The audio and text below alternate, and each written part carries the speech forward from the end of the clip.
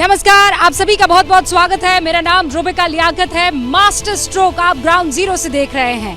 मैं इस वक्त प्रयागराज में मौजूद हूँ। वैसे तो प्रयागराज का जब नाम सुनते हैं तो आध्यात्म, रूहानियत, शिक्षा, तालीम जहन में आ जाती है। और कई बार आप जानते हैं, अगर तारों को एक ऐसी दिशा और दशा में ला दिया जाए कि कुंभ का आयोजन हो जाए, तब भी प्रयागराज का जिक्र होता है। लेकिन इस बार तारे गर्दिश में है माफिया अतीक अहमद के, और इसीलिए वो लाया गया है इस जेल में। नाम है इसका नैनी जेल। अंग्रेजों की बनाई ये जेल। आज यहाँ पूरा कुनबा अतीक अहमद का मौजूद है। 1300 किलोमीटर का सफर तय करके अतीक अहमद को उत्तर प्रदेश की पुलिस लेकर आई है यहाँ, जहाँ कल होगा कोर्ट में उसके गुनाहों का फैसला। लेकिन इससे पहले अतीक को उसी नैनी जेल में पहुंचा दिया गया जिसे वो पहले भी कई मर्तबा आबाद कर चुका था, जिसकी 4 दीवारियों के भीतर अपनी स्याह परछाई का रुतबा दिखा चुका था। लेकिन इस बार सिस्टम सख्त है। माननीय न्यायालय का जो भी निर्णय है उसका हम लोग अनुपालन करा रहे हैं। हमारी पुलिस प्रशासन के लोग लगे हुए हैं। ये माननीय न्यायालय का मामला है और माननीय न्यायालय जो भी आदेश देगा उसका अनुपालन कराना हमारा धर्म है। माना जा रहा है कि प्रयागराज की अदालत जब उमेश पाल किडनैपिंग केस में अपना फैसला सुनाएगी, तब 40 साल से लंबी क्राइम हिस्ट्री वाला अतीक पहली बार गुनहगार करार दिया जा सकता है। लिहाजा अतीक डरा हुआ है। हम आपको कानून से अतीक के एनकाउंटर के बारे में बताएं, उससे पहले उमेश पाल किडनैपिंग केस के बारे में जान लीजिए।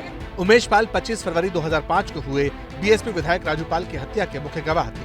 28 फरवरी 2006 को उमेश पाल किडनैप हुए थे, जिसके बाद उन्होंने बयान बदला था। साल 2007 में उमेश पाल ने अतीक और उसके भाई अशरफ समेत 3 लोगों पर किडनैपिंग का केस दर्ज करवाया था। 24 फरवरी को उमेश उसी मामले में गवाही देकर लौट रहे थे, लेकिन अतीक के बमबाजों ने घर की दहलीज पर उन्हें मौत के घाट उतार दिया।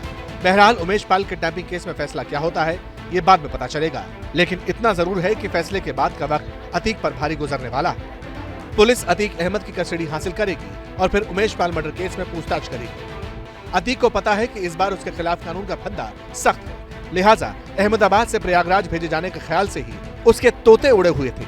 बरेली से प्रयागराज भेजे गए उसके भाई अशरफ का भी यही हाल था।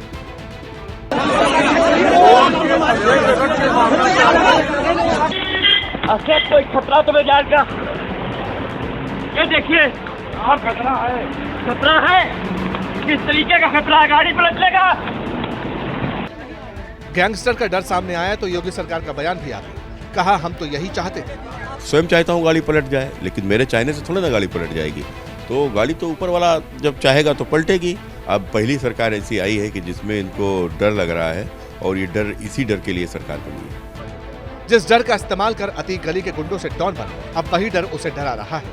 क्योंकि पहले जिस नैनी जेल से अतीक की अय्याशियों के किस्से बाहर आते थे, वहीं बैठकर अतीक इस बार अपने जराइम का किला बिखरता देख रहा है, और कानून उसके काले किस्सों वाली किताब का लास्ट चैप्टर लिखने की तैयारी कर रहा है। तैयारी तो जेल प्रशासन भी कर चुका है, और इस बार जो खातिरदारी अतीक अहमद की होने वाली है, इसके बारे में कोई सोच भी नहीं सकता है। वैसे एक इंटरेस्टिंग बात यह है कि इस जेल में, नैनी जेल में, अतीक अहमद का पूरा कुनबा मौजूद है। बेटा पहले से ही इस जेल में कैद था, जिसे दूसरे बैरक में शिफ्ट किया गया है। मोहम्मद अली बेटे का नाम है। भाई अशरफ, वो भी बरेली जेल से आज ही यहाँ प्रयागराज की नैनी जेल में लाया गया है, और अतीक अहमद खुद यहाँ पर मौजूद है। दोनों भाइयों का कल फैसला होने वाला है। लेकिन सच्चाई ये है कि इस वक्त अतीक अहमद का पूरा कुनबा इस जेल में कैद है। 90 का दशक था। तब के इलाहाबाद और आज के प्रयागराज में 10वीं फेल अतीक अहमद गुनाह की दुनिया में कदम रख चुका था।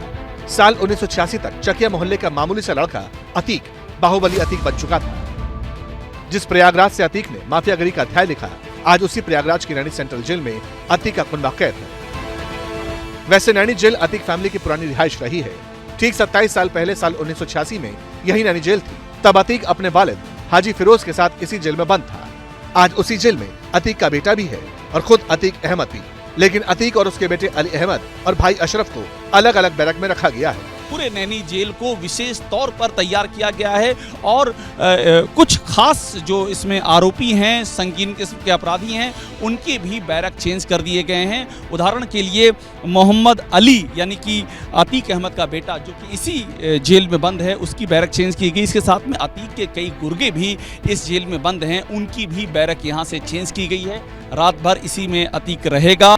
अतीक को नैनी जेल की हाई सिक्योरिटी बैरक में रखा गया है।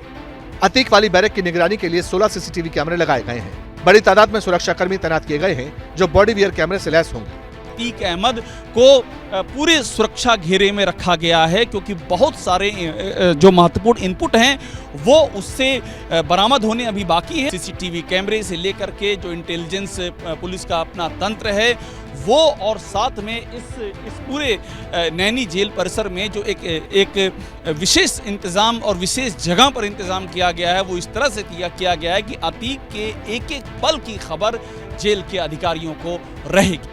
उधर अतीक के बेटे अली अहमद को सर्किल नंबर 1 की अलग बैरक में रखा गया है, जबकि अतीक के भाई अशरफ को अलग सेल में रखा गया है। जेल में तीनों से किसी को मिलने की इजाजत नहीं होगी। अतीक के कुनबे पर नजर रखने के लिए स्पेशल जवान तैनात किए गए। जवानों की कुंडली तक खंगाली गई, ये जानने के लिए कि ड्यूटी पर तैनात किसी सुरक्षाकर्मी का अतीक या फिर उससे परिवार से कोई कनेक्शन तो नहीं। उधर प्रयागराज की MP MLA कोर्ट 28 मार्च को अतीक को 2006 के अपहरण मामले में सजा सुना सकती है। देखिए, कल न्यायालय में पेशी होगी और न्यायालय में पेशी के बाद में जैसे न्यायालय का आदेश होगा, निर्देश होगा, अगर न्यायालय का निर्देश होगा कि यूपी की जेल में ही रखा जाए तो हम पूरी तरह से तैयार हैं। नैनी जेल में हमने एक बैरक तैयार कर ली है। वक्त बड़ा बलवान है। बाहुबली की हेकड़ी निकल चुकी है। जिस जेल में पिता के साथ कभी अतीक कैद था, आज उसी जेल में माफिया अपने बेटे के साथ बंद है। यहाँ लिखा 1983, लेकिन अतीक अहमद के काले कारनामे 1979 से ही शुरू हो चुके थे। अब बारी आ गई है उन गुनाहों का हिसाब किताब करने की। आप यहाँ प्रयागराज के लोगों से पूछिए, यहाँ की आबो हवा में महसूस करने की कोशिश कीजिए। इस माफिया की जहाँ तूती बोला करती थी, आज उसका परिवार दर दर भटक रहा है। या तो जेल की सलाखों में कैद है या फिर इधर से उधर भाग रहा है। और उसी भागने वाले मेंबर्स में फैमिली के मौजूद है अतीक की पत्नी, जो अक्सर बुर्के में, और अक्सर क्या हमेशा बुर्के में दिखती थी, लेकिन पहली बार चेहरा बुर्के के उस पार का दिखा है। 25,000 रुपए की उसके ऊपर इनामी राशि है, लेकिन पुलिस दबिश इलाके भर में कर रही है ताकि पता लगे कहां है इस माफिया की पत्नी। किसी ने भी अतीक अहमद की बीवी को बिना बुर्के के नहीं देखा। फरार शाइस्ता परवीन को ढूंढने में दिक्कत आ रही थी, इसलिए पुलिस को शाइस्ता की अनदेखी तस्वीर रिलीज करनी पड़ी। प्रयागराज के लोगों ने भी शाइस्ता को बिना नकाब के नहीं देखा। एक भावी मेयर कैंडिडेट से फरार घोषित होने में शाइस्ता को सिर्फ 3 महीने लगे।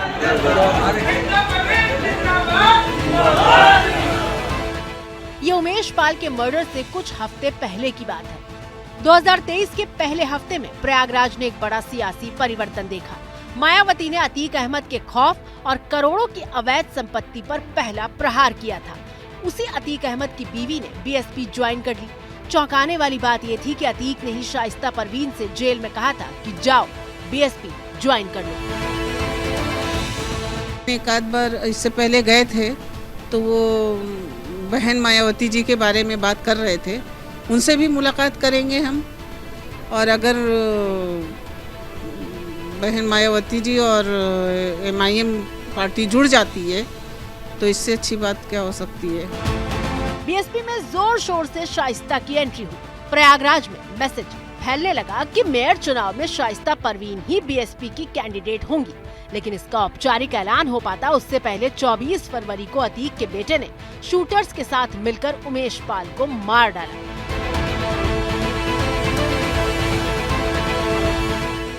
उस वक्त BSP ने शाइस्ता का बचाव किया। अतीक को समाजवादी पार्टी का प्रोडक्ट बताते हुए मायावती ने शाइस्ता पर एक्शन लेने से इनकार कर दिया। जो शाइस्ता प्रयागराज की मेयर बनने का सपना देख रही थी, आज वो फरार है। उन पर 25,000 का इनाम है और ये पहली बार है कि अतीक अहमद प्रयागराज में है और शाइस्ता बेगम फरार है।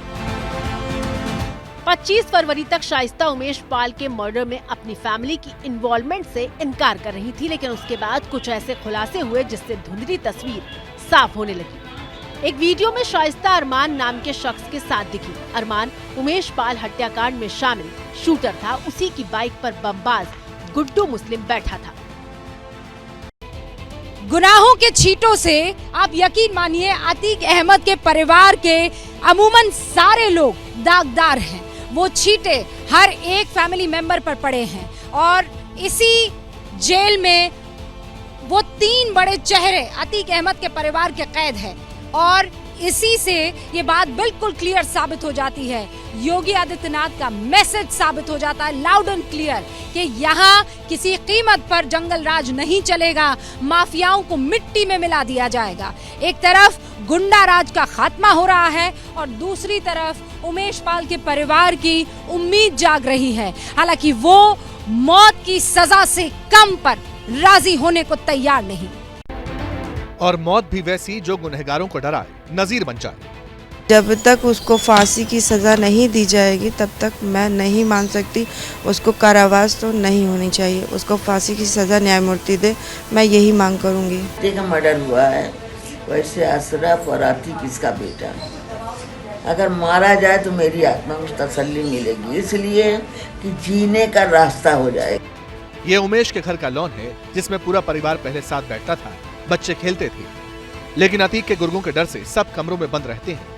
उमेश किडनैपिंग केस में कोर्ट का फैसला भी ये 4 दीवारियों के भीतर से ही जानेंगे, उन कमरों से जिनमें 3 तस्वीरें लगी हैं।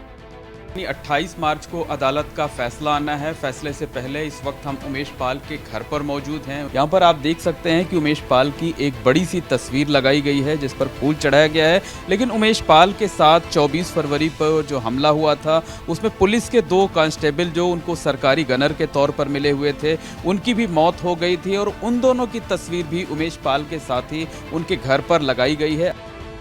उमेश पाल के घर वालों को इंसाफ का इंतजार है और उनका भी यही मानना है कि योगी के राज में गुनहगार बच नहीं सकेंगे। अभी तक अतीक और उसके परिवार के किसी सदस्य को किसी भी मामले में सजा नहीं हुई है। लगता है कि अब उल्टी गिनती शुरू हो चुकी है। जब नदी में या समुद्र में जो है बाढ़ आने लगता है तो पहले खामोशियाँ छाई रहती हैं और उसके बाद जो सैलाब आता है तो वो पूरा सर्वनाश करती है। माननीय मुख्यमंत्री जी जो है शांतपूर्वक अभी तक रहे, या जो घटना यानी शांत किया थे, उन्होंने जो कार्रवाई किया वो स्लो मौसम में किया, और लेकिन जो अब घटित होगा वो सैलाब के बराबर नहीं होगा। तो वो जो कर रहे हैं वो उचित दंड देंगे ही। लेकिन समाजवादी पार्टी के सुप्रीमो ने सरकार को कटघरे में खींच लिया। कहा जो हुआ वो तो कोर्ट ने किया, सरकार क्या कर रही है? वो तो कानूनी कार्रवाई हो रही है और सरकार किसी को न्याय नहीं दिलाना चाहती। सरकार हर चीज में वोट ढूंढती है। सरकार अगर कानून व्यवस्था पे काम कर रही होती तो एनसीआरबी के जो आंकड़े कहते हैं वो उत्तर प्रदेश के खराब नहीं होते। जवाब दिया बीजेपी के प्रदेश अध्यक्ष भूपेंद्र चौधरी ने। बोले अतीक के गुनाहों का हिसाब होकर रहेगा। जिस प्रकार से इन माफियाओं ने अराजकता, गुंडागर्दी, बेईमानी, भ्रष्टाचार और एक माफिया तंत्र विकसित कर लिया, उसे तोड़ने के लिए हमें जनादेश मिला है। सरकार उस पर काम कर रही है, बगैर किसी भेदभाव के सरकार कार्रवाई कर रही है। उमेश पाल की हत्या के बाद माफिया के खिलाफ योगी सरकार के एक्शन ने जो रफ्तार पकड़ी, उसका सबूत बुलडोजर वाले एक्शन और एनकाउंटर के तौर पर सामने आ चुका है। अब इंतजार अदालत के फैसले का है। वैसे एक रिकॉर्ड तो पाकिस्तान ने भी बनाया है अपने मुल्क को सुसाइड पॉइंट पर पहुंचाने का। आप जानते हैं वहां की आवाम इन कटोरेबाज हुक्मरानों से एक कटोरी जहर की भीख मांग रही है, क्योंकि एक शोशा उछाला था ना शहबाज शरीफ ने कि हम रमजान के महीने में फ्री का आटा बांटेंगे। अब उसी फ्री के आटे की वजह से वहां पर लोगों में जंग जैसे हालात पैदा हो गए हैं। जी हाँ, अगर आपको वहां पाकिस्तान में थोड़ा सा आटा चाहिए, वो भी सरकारी, वो फ्री का आटा, तो उसके लिए आपको मैदान जंग में उतरना पड़ेगा। तस्वीरें तो यही बयां कर रही हैं।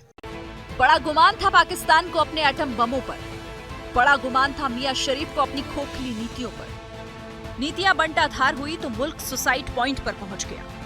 IMF की खिदमत में शरीफ साहब ने मुल्क को सूली चढ़ा दिया। हालात इतने खौफनाक हैं कि आज अवाम जहर मांग रही है। आवाम को जहर दे, ऐसे तो नहीं मर रहे आवाम। गवर्नमेंट को बोलो आवाम को जहर दे।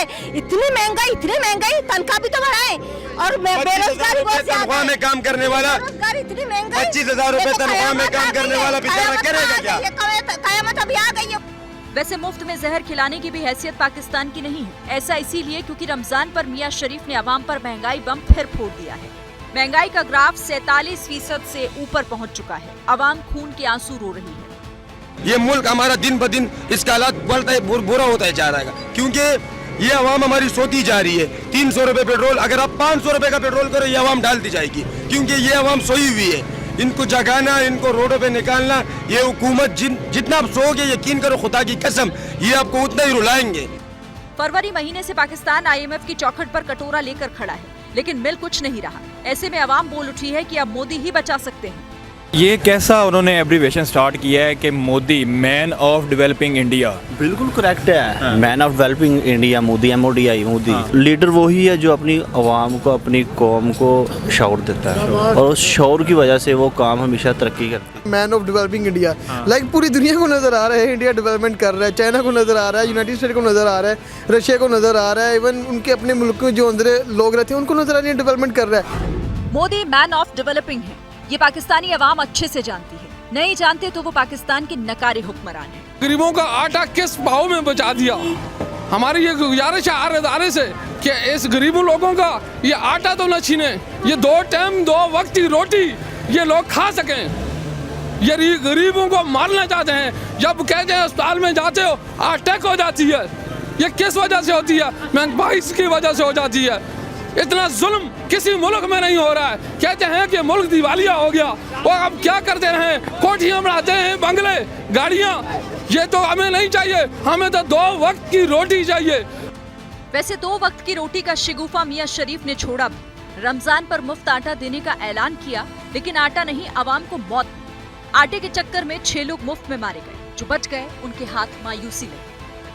रोजेदारा नाल ज्यादती करेंदे पे हैं। रोजेदारा दा या ते इंतजाम होवे, तंबू वगैरह कोई चीज़ के नात कोई शत लगी होवे। औरतां जलील होंदियां ने, कोई बजुर्ग हैं, कोई बीमार हैं, कोई किवें। इतना तो कर सकते हैं ना। अगर इतना नहीं कर सकते तो आवाम को जलील ना करन, जवाब दे देवन। रोज़ों के साथ खड़ी है। 7:30 बजे हम आ गए थे। 8 बजे इन लोगों ने बाहर वाला गेट खोला है। जैसे ही अंदर आई एक आदमी ने कहा इधर आए, इधर से गए तो फिर उधर चले गए, उधर गए तो फिर गेट बंद कर दिया। फिर उसके बाद उस वक्त तक अब हम बाहर ही खड़े हैं। जाहिर है पाकिस्तान जितना जोर लगा ले, बर्बादी के भंवर से पाकिस्तान अब कभी नहीं निकल सकता। उधर पाकिस्तान में महंगाई को लेकर बवाल मचा हुआ है, तो यहाँ हमारे मुल्क में सियासत एक अलग ही चरम पर है। राहुल गांधी के डिस्क्वालिफिकेशन के बाद भी ये बवाल थमता हुआ नजर नहीं आ रहा है। आज जो हाउस कमेटी है पार्लियामेंट की, उसने राहुल गांधी की सदस्यता खत्म होने के बाद उन्हें एक नोटिस जारी किया है। इस नोटिस में उनको 12 तुगलक लेन, वो निवास जहां वो 2014 के बाद से रह रहे थे, खाली करने का नोटिस जो है वो दे दिया है। अब ऐसे में पूरी की पूरी कांग्रेस जो है वो सड़क से लेकर संसद तक प्रदर्शन करते हुए नजर आई, और दूसरी तरफ बीजेपी ने उसी की भाषा में कांग्रेस को जवाब दिया है। राहुल गांधी को लेकर कांग्रेस ने जो स्ट्रैटेजी तैयार की, उसकी झलक अलग अलग शहरों में दिखाई दी। कहीं सत्याग्रह के नाम पर, कहीं सदस्यता जाने को लेकर कांग्रेस वर्कर्स ने प्रदर्शन किया। सरकार के खिलाफ नारेबाजी की। कुछ जगहों पर पुलिस और प्रदर्शनकारियों की झड़प हो गई। पुलिस को हालात काबू करने के लिए वाटर कैनन का इस्तेमाल करना पड़ा।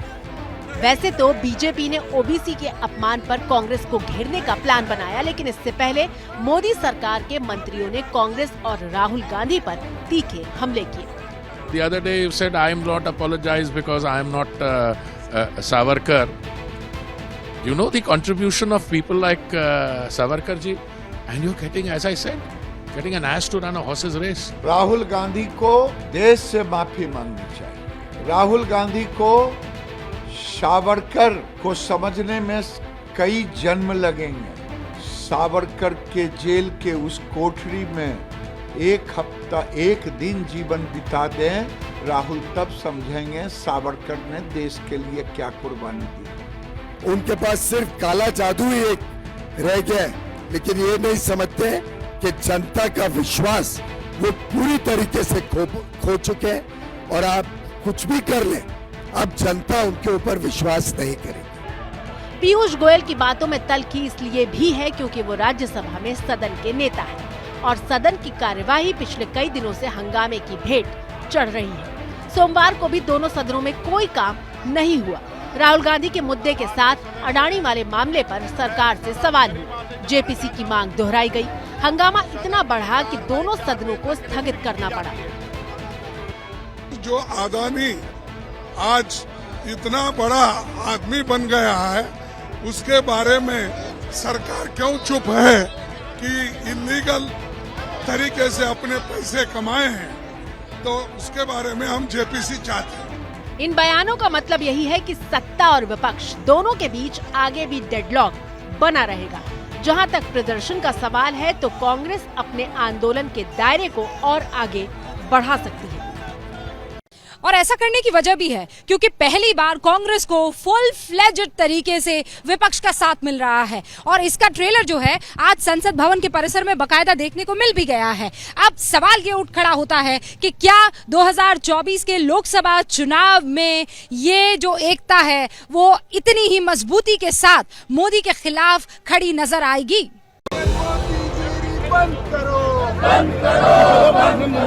काले कपड़ों वाला प्रोटेस्ट बताता है कि कम से कम दिल्ली में संसद भवन परिसर के पास मोदी के सामने करीब करीब सारे विरोधी दल एक साथ हैं। जैसे ही ये मार्च शुरू हुआ, सोनिया गांधी भी दिखाई दी और दूसरे दलों के कई सीनियर नेता। कांग्रेस के लिए अच्छी बात यह थी कि पहली बार इस विरोध प्रदर्शन में ममता बनर्जी की पार्टी शामिल हुई। आरोप यही है कि सरकार विरोधियों की आवाज दबाने की कोशिश कर रही है। ये बर्दाश्त नहीं किया जाएगा। सदन के अंदर क्या माफी मांगने की जगह है? अगर माफी मांगने की जगह होते तो मोदी जी के कई डजन बार माफी मांगना पड़ते थे पहले ही। कब तक कांग्रेस पार्टी इतनी छोटे स्तर की राजनीति करती रहेगी? मैं पूछना चाहता हूं, चाहे वो सत्याग्रह हो या काले कपड़े पहन रहे, वो उससे क्या लोकतंत्र के मंदिर को अपमानित करना चाहते हैं? हालांकि इस विरोध प्रदर्शन से पहले कांग्रेस पार्टी के चीफ और राज्यसभा में विपक्ष के नेता मल्लिकार्जुन खड़गे के चेंबर में विरोधी दलों का कुनबा इकट्ठा हुआ। इस मीटिंग में Samajwadi party, DMK, JDU, BRS, CPM, RJD, NCP, CPI, IUML, MDMK, TMC, RSP, आम आदमी पार्टी, नेशनल कॉन्फ्रेंस और उद्धव ठाकरे की शिवसेना के लीडर्स मौजूद थे। The harassment and intimidation of opposition leaders continues. Manish Sisodia, who is now still in jail, and of course the family of Mr. Lalu Prasad Yadav. लेकिन ये भी सही है कि राहुल गांधी के सावरकर वाले बयान पर महाराष्ट्र की सियासत में उबाल आ चुका है। राहुल का सपोर्ट करने वाले उद्धव कह चुके हैं कि आपसे हमें सहानुभूति है, लेकिन सावरकर का अपमान बर्दाश्त नहीं करेंगे। सावरकर को नीचा दिखाया तो विपक्षी गठबंधन में दरार पड़ जाएगी। उनकी बात को संजय राउत ने आगे बढ़ाया। इस बीच महाराष्ट्र के मुख्यमंत्री एकनाथ शिंदे भी सावरकर की सियासी विरासत पर हक जताते हुए दिखाई दिए। उन्होंने महाराष्ट्र में सावरकर गौरव यात्रा निकालने का ऐलान कर दिया। तो महाराष्ट्र की जनता बहुत ही आपको करारा जवाब दे सकती है। हम आपके साथ हैं, हम आपके साथ रहेंगे, हर लड़ाई में रहेंगे, लेकिन वीर सावरकर हमारे लिए हमेशा इस लड़ाई के लिए भी प्रेरणा के स्थान है। स्वातंत्र्यवीर सावरकरांचा वारंवार अपमान राहुल गांधींकडून होतोय, त्याचा खरं म्हणजे निषेध करावा तेवढा थोडा आहे। मी त्याचा निषेध, धिक्कार, जाहीर निषेध करतो। इधर तृणमूल कांग्रेस के सपोर्ट से कांग्रेस की विरोध वाली धार मजबूत होती दिखाई दी। राहुल गांधी आज सबसे बड़े हीरो दिख रहे हैं, सबसे बड़े हीरो है राजनीति में आज। वैसे अभी तक के डेवलपमेंट से राहुल वाले मामले पर विपक्ष लामबंद दिख रहा है और कांग्रेस की कोशिश रहेगी कि वो लंबे वक्त तक विरोधियों के इस गुस्से को सरकार के खिलाफ इस्तेमाल करे। लेकिन सवाल है, क्या चुनाव के वक्त भी ये लामबंदी दिखाई देगी? क्या चुनाव में भी कांग्रेस की बात इसी तरह सुनी जाएगी? देखिए, सियासत में वार पलटवार की केमिस्ट्री तो बहुत पुरानी है, लेकिन आज पुडुचेरी से जो तस्वीरें सामने आई हैं उसने सबका कलेजा कपा दिया है। पुडुचेरी में बीजेपी के नेता के ऊपर बम फेंके गए, चाकू से गोदा गया है और ये सारी तस्वीरें सीसीटीवी में रिकॉर्ड हो गई है। इससे आप देखेंगे तो आप भी विचलित हो सकते हैं। जैसी बमबारी से 24 फरवरी को प्रयागराज से हम उठा था, उमेश पाल मर्डर केस में माफिया का जैसा तांडव देश ने देखा था, ठीक वैसी ही कलेजा कपाने वाली तस्वीरें पुदुचेरी से आई।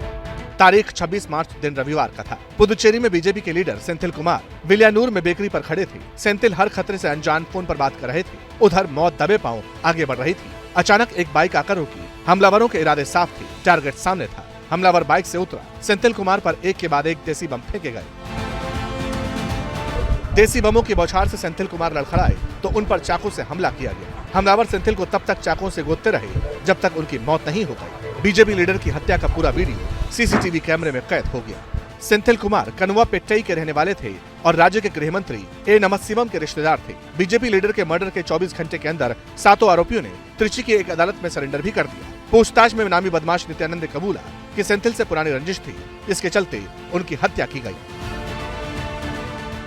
पुडुचेरी के सेंथिल कुमार की गिरफ्तारी वाली तस्वीरें अब सबके सामने आ चुकी है। वो गिरफ्त में है, लेकिन अमृतपाल भी गिरफ्त से दूर नहीं है। हमें ये जानकारी मिल रही है कि सबसे ताजा तस्वीर अमृतपाल की देश के सामने आ चुकी है और हमें पुलिस के सूत्र बता रहे हैं कि बहुत जल्दी वो गिरफ्त में होगा। पगड़ी, चश्मा, चेहरे पर कुटिल मुस्कान और हाथ में एनर्जी ड्रिंक की केन, ये भगोड़े अमृतपाल और उसके साथी की सेल्फी है। साथ में अमृतपाल का राइट हैंड पपलप्रीत सिंह है। पुलिस के चंगुल से छिपते भागते जब हलक सूखने लगा तब दोनों ने एनर्जी ड्रिंक पी। ऐसा लगता है कि दोनों किसी हाईवे के किनारे बैठे हैं। वैसे ये दोनों जहां कहीं भी छिपे हैं, बहुत जल्दी ये कानून के शिकंजे में आने वाले हैं। एक और नई तस्वीर सामने आई जिसमें वो एक टायर की दुकान के सामने बैठे दिखाई दिए। इस फोटो में भी अमृतपाल के साथ उसका करीबी दिखाई दिया। इस बीच एसएसबी और यूपी पुलिस की टीम भारत नेपाल बॉर्डर पर इन दोनों को तलाश रही है। महाराजगंज होते हुए कहीं अमृतपाल नेपाल न भाग जाए, इसलिए चप्पे चप्पे पर भारत नेपाल बॉर्डर की निगरानी की जा रही है। सुरक्षा एजेंसियों की यही सख्ती और यही अलर्टनेस यूपी के लखीमपुर और उत्तराखंड के विकास नगर में भी है, क्योंकि यहाँ भगोड़े अमृतपाल के देखे जाने का इनपुट मिला है। भारत नेपाल बॉर्डर पर अमृतपाल के पोस्टर चिपकाए गए हैं ताकि इस शातिर बहरूपियों को लोग पहचान सकें। जांच एजेंसियों के रडार पर अमृतपाल का राइट हैंड भी है। एक इनपुट ये भी था कि 23 मार्च को अमृतपाल की अंतिम लोकेशन लखीमपुर में मिली थी, इसलिए यहाँ एसएसबी की टीम डॉग स्क्वाड से लैस होकर सर्च ऑपरेशन चला रही है। रन और चेस की इस कानूनी जंग में अमृतपाल पर बहुत बड़ा खुलासा हुआ है। पंजाब पुलिस के इंटेलिजेंस सोर्सेज की माने तो अमृतपाल ने अपनी प्राइवेट आर्मी को ट्रेनिंग देने के लिए पाकिस्तान से 6 AK-47 और 2 AK-56 मंगवाने का ऑर्डर दिया था। ये हथियार जम्मू कश्मीर के रास्ते पंजाब पहुंचने वाले थे। सबसे शॉकिंग खुलासा जांच में ये हुआ कि अमृतपाल पाकिस्तान के रिटायर्ड आर्मी अफसर के भी कांटेक्ट में था। अब सवाल है कि आखिर कौन लोग अमृतपाल की मदद कर रहे हैं, वो अभी तक पुलिस के शिकंजे से बाहर क्यों है? इन सवालों का जवाब कुछ इनपुट बेस्ड थ्योरी में छिपा है। सोर्सेस की माने तो अमृतपाल एक प्रोफेशनल क्रिमिनल की तरह बिहेव कर रहा है। वो अपने फोन का इस्तेमाल नहीं कर रहा, वो राह चलते लोगों से फोन मांग कर बात करता है, फिर निकल जाता है। अमृतपाल लगातार अपना भेष बदल रहा है। भागना अमृतपाल की मजबूरी है और उसे पकड़ना जांच एजेंसियों के लिए जरूरी है, क्योंकि उसने एंटी इंडिया साजिश रची है, अलगाववादी ताकतों का मोहरा बना और धर्म के नाम पर लोगों को देश विरोधी गतिविधियों के लिए भड़काया। अमृतपाल का असली एजेंडा तो सबको पता चल चुका है, लेकिन उसकी देश विरोधी साजिश में कौन कौन शामिल था, इसका खुलासा तभी होगा जब कानून की पहरेदारी में उससे सवाल होंगे। मुल्क के गद्दारों से निपटना जितना जरूरी है, महामारी से निपटना उससे भी ज्यादा जरूरी है। अब जो जानकारी हमें मिल रही है वो वाकई परेशान करने वाली है, क्योंकि लगातार देश में कोरोना के एक्टिव केसेस बढ़ते चले जा रहे हैं। एक आंकड़ा ये बताता है कि इस वक्त एक्टिव केसेस 10,000 के पार चले गए हैं और ये पिछले नवंबर के बाद इतने बड़े लेवल पर आया आंकड़ा है। 25 मार्च को 1890 कोविड मरीज, 26 मार्च को 1805 संक्रमण के केस। देश का ये करोनोमीटर भले ही आपको नॉर्मल लगे, लेकिन जान लीजिए कि 12 नवंबर के बाद पहली बार देश में संक्रमण के एक्टिव केस 10,000 के पार हैं। इस वक्त देश में कुल 10,300 संक्रमित मरीज हैं, जिनमें सबसे ज्यादा मामले महाराष्ट्र से सामने आ रहे हैं। अकेले मुंबई में ही कोरोना के एक्टिव केस 500 के पार जा चुके हैं। मुंबई महानगर पालिका ने 2 अस्पतालों में बेड की संख्या बढ़ा दी है। महाराष्ट्र के अलावा जो 2 राज्य देश की टेंशन बढ़ाने का सिग्नल दे रहे हैं, वो हैं केरल और गुजरात। देश के कुल एक्टिव मरीजों में से करीब 60% केस इन 3 राज्यों से सामने आए हैं। कोरोना के नए मामलों में ओमिक्रॉन के XBB.1.16 वेरिएंट के केस सबसे ज्यादा दिखे। दिल्ली सरकार के स्वास्थ्य विभाग ने 26 मार्च को जो आंकड़े जारी किए, उसके मुताबिक राजधानी में संक्रमण दर 9.13% तक पहुंच चुकी है। उधर यूपी में कोरोना और इन्फ्लुएंजा के बढ़ते मामलों के बीच सीएम योगी एक्शन में नजर आए। 5 कालिदास मार्ग पर सीएम योगी की अध्यक्षता में हाई लेवल मीटिंग हुई। डिप्टी सीएम और स्वास्थ्य मंत्री ब्रजेश पाठक भी इस मीटिंग में मौजूद थे। इस बीच कोरोना से जुड़ी एक और चौंकाने वाली खबर सामने आई। 27 मार्च को कोरोना के 66 नए केस मुंबई में सामने आए, जिनमें से 85% मरीजों में कोरोना का नहीं थे। इतना ही नहीं, मुंबई में कोरोना के 52 मरीज अस्पताल में भर्ती हैं, जिनमें से 25 ऑक्सीजन सपोर्ट पर हैं। लखनऊ, गाजियाबाद और गौतम बुद्ध नगर में कोरोना और इन्फ्लुएंजा का असर ज्यादा दिखा तो इन जिलों पर सीएम ने स्पेशल फोकस करने को कहा। देखिए, जिस वायरस की हम बात कर रहे हैं, कुछ वैसा ही सियासी वायरस कर्नाटक में भी शुरू हो गया और इसी तरीके के बैरिकेड्स जो हैं वो पूर्व मुख्यमंत्री येदियुरप्पा के घर के बाहर लगाने पड़ गए हैं, क्योंकि जो नई आरक्षण नीति है उसे लेकर कर्नाटक में जमकर बवाल हो रहा है। पूर्व मुख्यमंत्री येदियुरप्पा के घर पर पत्थरबाजी हुई है। बताया जा रहा है कि बंजारा और भोवी समुदाय के लोगों ने पूर्व मुख्यमंत्री के घर पर पत्थरबाजी की है। सुरक्षा वहां बढ़ा दी गई है। बेहिसाब हंगामा, तोड़फोड़, पत्थरबाजी, चुनावी समर से पहले कर्नाटक में गदर मच गया। बगावत का बिगुल पूर्व सीएम बीएस येदियुरप्पा के खिलाफ फूंका। येदियुरप्पा के घर पर जमकर पत्थर बरसाए गए। भीड़ सैकड़ों की तादाद में आई थी। पूर्व सीएम के घर पर भीड़ ने धावा बोल दिया। तोड़फोड़ की गई। घर पर लगे झंडे तक उखाड़ फेंक दिए गए। बवाल की वजह आरक्षण बना। असल में बोमई सरकार ने फैसला किया है कि शेड्यूल कास्ट को मिलने वाले आरक्षण को इस वर्ग की अलग अलग जातियों में बांटा जाएगा। इसी फैसले के विरोध में भीड़ ने येदियुरप्पा के घर समेत दफ्तर में तोड़फोड़ की। हालात इतने बिगड़ गए कि धारा 144 लगानी पड़ी। प्रदर्शनकारियों को खदेड़ने के लिए पुलिस को लाठीचार्ज तक करना पड़ा। उधर बवाल के बीच येदियुरप्पा सामने आए। आरक्षण पर बवाल क्यों हुआ, इसकी वजह भी जान लीजिए। दरअसल कर्नाटक में शेड्यूल कास्ट के अंदर 101 जातियां आती हैं, जिन्हें 4 कैटेगरीज में बांटा गया है। कर्नाटक की बीजेपी सरकार ने 24 मार्च को शेड्यूल कास्ट को मिलने वाले आरक्षण को 4 हिस्सों में बांट दिया था। सरकार के इसी फैसले का कड़ा विरोध हो रहा है। हालांकि प्रदर्शनकारियों को तो खदेड़ दिया गया। अब सवाल ये भी उठने लगे कि क्या आरक्षण पर बढ़ा तनाव कर्नाटक की बीजेपी सरकार के लिए चुनावों में भी चैलेंज बनेगा। अब इजराइल की बात कर लेते हैं, क्योंकि वहां भी हालात आउट ऑफ कंट्रोल हो चुके हैं। उनको काबू में करने के लिए पुलिस पूरी कोशिश कर रही है, लेकिन प्राइम मिनिस्टर नेतन्याहू ने जो जुडिशियल रिफॉर्म बिल लेकर वो आए हैं उसके विरोध में टीचर्स और डॉक्टर्स भी अब मैदान में उतर आए हैं। हालात बहुत खराब। तेल अवीव की इन तस्वीरों को जो भी देख रहा है वो हैरान है। ऐसा लगता है कि पूरा का पूरा देश विरोध प्रदर्शन में शामिल है। हजारों लाखों लोग इजराइल की सरकार के खिलाफ अपनी नाराजगी इसी तरह बीते कई दिनों से जाहिर कर रहे हैं, लेकिन इजराइल की सरकार अपने स्टैंड पर कायम है। सरकार का कहना है कि जुडिशियल रिफॉर्म बिल किसी कीमत पर वापस नहीं लिया जाएगा। हालांकि बवाल तब और बढ़ गया जब नेतन्याहू के खिलाफ उनकी ही सरकार के डिफेंस मिनिस्टर ने बिल का विरोध किया। गुस्साए नेतन्याहू ने डिफेंस मिनिस्टर योआव गैलेंट को कैबिनेट से बाहर निकाल दिया, बर्खास्त कर दिया। यही वजह है कि तेल अवीव अब बवाल का सबसे नया एपिसेंटर बन चुका है। योआव ने कहा था कि देश के न्यायालय को कमजोर करने के लिए जो बिल लाया गया उससे मिलिट्री में भी फूट पड़ रही है। इससे देश की सिक्योरिटी को खतरा है। सरकार को विपक्ष के साथ बैठकर बातचीत करनी चाहिए। नोट करने वाली बात यह है कि इजराइल के प्रोटेस्ट में अब पब्लिक सर्विस से जुड़े लोग भी शामिल हो रहे हैं। तेल अवीव एयरपोर्ट पर काम करने वाले सभी कर्मचारी नेतन्याहू की सरकार के खिलाफ हड़ताल पर चले गए। इसके चलते फ्लाइट्स के टेक ऑफ करने पर रोक लगा दी गई। यहाँ ये जानना जरूरी है कि इजराइल सरकार ने सुप्रीम कोर्ट को लेकर एक प्रस्ताव जारी किया था। इसके पास होने पर इजरायली संसद को सुप्रीम कोर्ट के फैसलों को पलटने का अधिकार मिल जाएगा। इसे ओवरराइड बिल का नाम दिया गया। बस बवाल इसी बिल को लेकर है। हालांकि अब इस बिल को लेकर इजराइल की सबसे बड़ी ट्रेड यूनियन ने भी ऐतिहासिक हड़ताल का ऐलान कर दिया, जिसके चलते ट्रांसपोर्टेशन, यूनिवर्सिटीज, रेस्टोरेंट्स और रिटेलर्स भी विरोध में शामिल हो चुके हैं। इजराइल में तो बवाल है, लेकिन यूरोप में आपको बता दूं कि ग्लोबल बवाल की स्क्रिप्ट लिखी जा रही है। रूस का परमानेंट एलाई बेलारूस की मैं बात कर रही हूं, वहां पर टैक्टिकल न्यूक्लियर वेपन की तैनाती का ऐलान करके पुतिन ने हड़कंप मचा दिया है। दरअसल पुतिन जो है वो जो यूरोपीय देशों की मदद पहुंच रही है यूक्रेन को, उसे लेकर बेहद भड़के हुए हैं और इसीलिए ये न्यूक्लियर पैतरा चला है उन्होंने सबक सिखाने के लिए। इसका मतलब है कि यूक्रेन और यूरोप पर न्यूक्लियर जंग का खतरा और करीब पहुंच गया है। बेलारूस वो देश है जो खुलकर रूस को सपोर्ट कर रहा है। यहाँ के राष्ट्रपति अलेक्जेंडर लुकाशेंको पुतिन के ऑर्डर पर कुछ भी कर सकते हैं। इसीलिए बेलारूस में टैक्टिकल न्यूक्लियर वेपन्स की तैनाती के ऐलान से हड़कंप कीव से वॉशिंगटन तक है। पुतिन का एक्शन बता रहा है कि जंग के शोले अभी थमेंगे नहीं। रूसी मीडिया के मुताबिक बेलारूस की जमीन पर परमाणु हथियारों की तैनाती पुतिन की मजबूरी बन गई है और इसके पीछे 3 वजहें गिनाई जा रही हैं।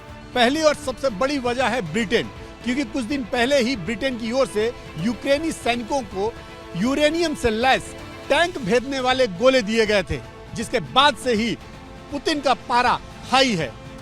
दूसरी वजह है पोलैंड। 16 मार्च को पोलैंड के राष्ट्रपति ने यूक्रेन को 4 मिग-29 फाइटर जेट प्लेन देने का ऐलान किया था। यह ऐलान इसलिए बड़ा था क्योंकि पोलैंड ऐसी पहली नाटो कंट्री है जो यूक्रेन को लड़ाकू विमान दे रहा है। तीसरी वजह है स्लोवाकिया। स्लोवाकिया भी यूक्रेन को सोवियत काल के मिग-29 लड़ाकू विमान दे रहा है। नाटो की डबल एंट्री ने रूस को इस वक्त बड़ा एक्शन लेने पर मजबूर कर दिया। अमेरिकी मीडिया और इंटेलिजेंस का मानना है कि रूस के पास करीब 2000 टैक्टिकल न्यूक्लियर वेपन्स हैं, जो एयरक्राफ्ट, शॉर्ट रेंज मिसाइल और आर्टिलरी से दागे जा सकते हैं। ये छोटे और कम ताकत वाले परमाणु बम होते हैं, लेकिन होते तो परमाणु बम ही हैं। इसीलिए अगर इनमें से एक भी बम यूक्रेन में फूटा तो 13 महीनों से जारी जंग पर न्यूक्लियर वॉर का टैग चस्पा हो जाएगा। अभी रूस बेलारूस में न्यूक्लियर स्टोरेज के लिए कंस्ट्रक्शन के काम में व्यस्त है। 1 जुलाई तक ये काम पूरा हो जाएगा। फिर पुतिन के परमाणु ठिकाने में एक नाम बेलारूस का जुड़ जाएगा। बेलारूस का तानाशाह बड़ा जिद्दी है। वो खुद पुतिन से एटम बम मांग चुका है ताकि दुश्मन मुल्क पर परमाणु प्रहार किया जा सके।